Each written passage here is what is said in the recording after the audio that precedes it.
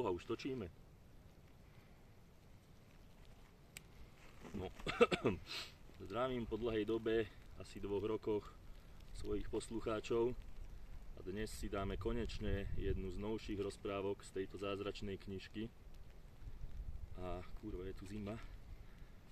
A musím si ju naštudovať, ja som si to už pripravoval a ideme si dať Janko a zázračná fazuľa. Všetci poznáte túto rozprávku, ale ani Pán Boh, ani Kristus nevie, o čom to vlastne je celé. Ja vám to na konci vysvetlím. Ideme na to. Jedného dňa Janko vymenil neznámemu starčekovi kravu za zrnko fazule. Proste sa totálne nechalo jebať. Celú kravu za zrnko takej malej fazule. Doma zrnko zasadil do záhrady. Ráno, keď sa zobudil, sa stal zázrak. Na druhý deň bola fazula taká vysoká, že siahala až po oblaky. Vyleziem po nej nahor, povedal si Janko, však prečo nie? Začal sa šplhať čoraz vyššie. Keď sa pozrel dolu, ich dom sa mu videl maličký ako zápalková škatulka. No ja potrebujem šiapku.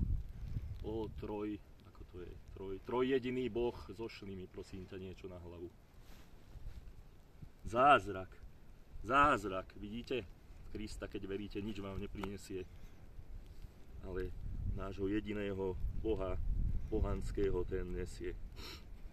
No a ideme ďalej, kde som skončil. Vyviezol teda hore a jeho dom bol malý totálne. A nemal inak žiadnu výstroj lezeckú. Hurá, som v oblakoch, zvolal na vrcholci obrovskej rastliny. Odtiaľ to mám výhľad ako z najvyššej zámockej veže. Aha, veď tamto je obor. Samozrejme, že neušiel, ale priplížil sa k tomu obrovi.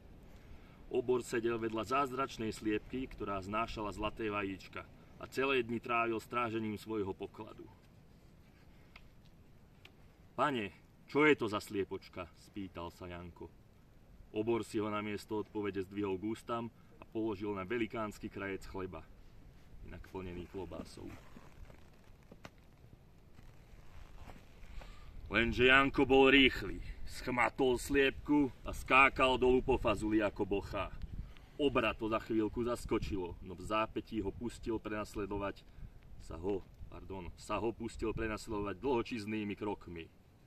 Keď Janko doskočil na zem, nemal už čas na nič iné, iba chytiť sekeru a velikánsku lodyhu odťať.